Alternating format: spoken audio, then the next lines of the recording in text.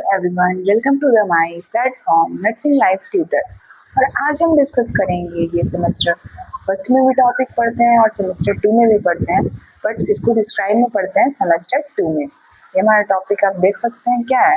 एक डिजीज है, respiratory disease है, जिसका नाम है अस्थमा। ठीक है, इसके बारे में हम लोग पढ़ेंगे। ठीक है, अस्थमा है 3 स्टेज सिस्टम। इसमें 3 स्टेजेस हैं, mild, moderate and severe. Mild, moderate and severe. Any age to create asthma, कोई भी एज में क्रिएट हो सकता है ये बीमारी। 0 से 5 साल में बच्चों में main allergy dust, smoke, infection की वजह से होता है। मतलब कि आप समझ सकते हैं कि जब जन्म होता है बच्चों में तो उसमें निमोनिया देखने मिलता है, वही हमारा बढ़ जाता है। तो क्या ये डिजीज बढ़ जाता है, तो ये डिजीज हमें देखने मिलता है। ठीक है, तो मेन एलर्जी से, धूल गर्दे से, कोई भी इन्फेक्शन हो जाए तो ये सबसे होता है। सेकंड नंबर हमारे 5 से 15 साल के बच्चों में स्कूल एज में ज़्यादा एक्टिव फॉर्म में पाया जाता है। स्कूल एज में, टीनेज ईयर्स में, एडोलेसेंट एज में और अर्ली चाइल्डहुड में ये एक्टिव फॉर्म में पाया जाता है। एंड थर्ड हमारा 40 से 50 साल के जो लोग हो जाते हैं उनमें भी बाद में, मतलब कि जैसे कि उनका 40 ईयर्स एबव हुआ तो उनमें भी ये इन्फेक्शन, एलर्जीज के कारण ये एक्टिव फॉर्म में हो जाता है। ठीक है, पहले उन्हें इन्फेक्शन होती है या फिर कोई चीज़ से एलर्जी होती है, वही सीवियर होती जाती है, बढ़ते जाती है, बढ़ते जाती है, क्रॉनिक होती जाती है।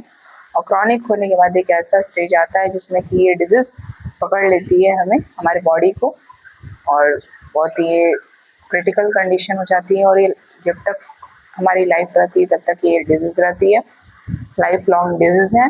और आगे हम समझेंगे इसके बारे में। चलिए, तो आगे हम समझ रहे थे इसकी इटियोलॉजी, साइन एंड सिम्टम्स को।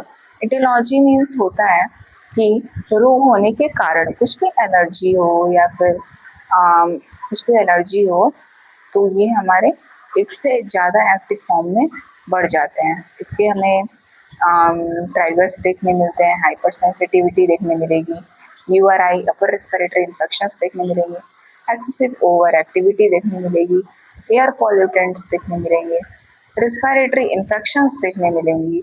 ठीक है, जैसे कि मैंने बताया था कि एलर्जी, बहुत सारी एलर्जी हमें बॉडी में आ जाए, इन्फेक्शंस आ जाए तो ये तो बीमारी आ ही जाती है। ये मतलब धीरे धीरे जाकर ये बीमारी हमारे बॉडी को जकड़ लेता है और क्रॉनिक फॉर्म में हो जाता है और लाइफ लॉन्ग डिजीज चलता रहता है। लाइफ लॉन्ग, जब तक, मतलब कि जब तक हम जीवित रहते हैं तब तक ये हमारा ये बीमारी छोड़ता नहीं है, मतलब कि दब के रहता है। और फिर कुछ भी हमारे बॉडी में रिएक्शंस होते हैं, ठीक है, रिएक्शंस होते हैं या फिर कुछ भी होता है तो हमें ये बहुत देखने मिलता है। डिस्पनिया, डिफिकल्टी ऑफ ब्रीथिंग देखने मिल जाती है। स्टमक में GI कंटेंट ज़्यादा हो तो वोमिटिंग होगा। ठीक है, एटियोलॉजी है ये सब, मतलब ये सब हमारे जितने चीज़ हैं ये सब हमारे फैक्टर्स हैं। एटियोलॉजी मतलब कि होने के कारण ये सब हमारे बॉडी में होता है, तभी हमारा ये डिजीज़ एक्टिव फॉर्म में हो जाता है, बहुत बढ़ जाता है।